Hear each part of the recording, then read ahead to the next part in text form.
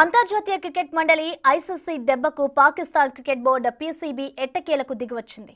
Champions trophy 2025 విషయంలో hybrid విధానానికి ససైమిరా అన్న పాక్ చివరికి అంగీకరించక తప్పలేదు.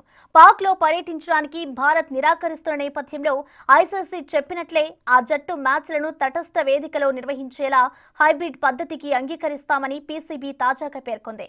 కానీ ఈ విషయంలో పాక్ బోర్డు ఓ మెలిక పెట్టింది. భవిష్యత్తులో తమ టీం కూడా ఐసీసీ టోర్నీల కోసం భారత్కు వెళ్లకూడదని నిర్ణయిస్తే ఆ మ్యాచ్లను తటస్థ వేదికల్లో నిర్వహించేలా తమకు హామీ ఇవ్వాలని పేర్కొంది.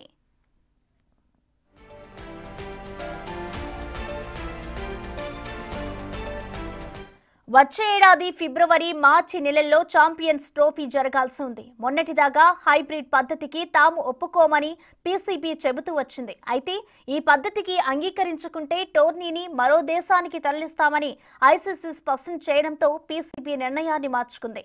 2026లో టీ20 ప్రపంచ కప్, 2029లో ఛాంపియన్స్ ట్రోఫీ, 2031లో వన్డే ప్రపంచ కప్లకు భారత్ ఆతిథ్యం ఇవ్వనుంది.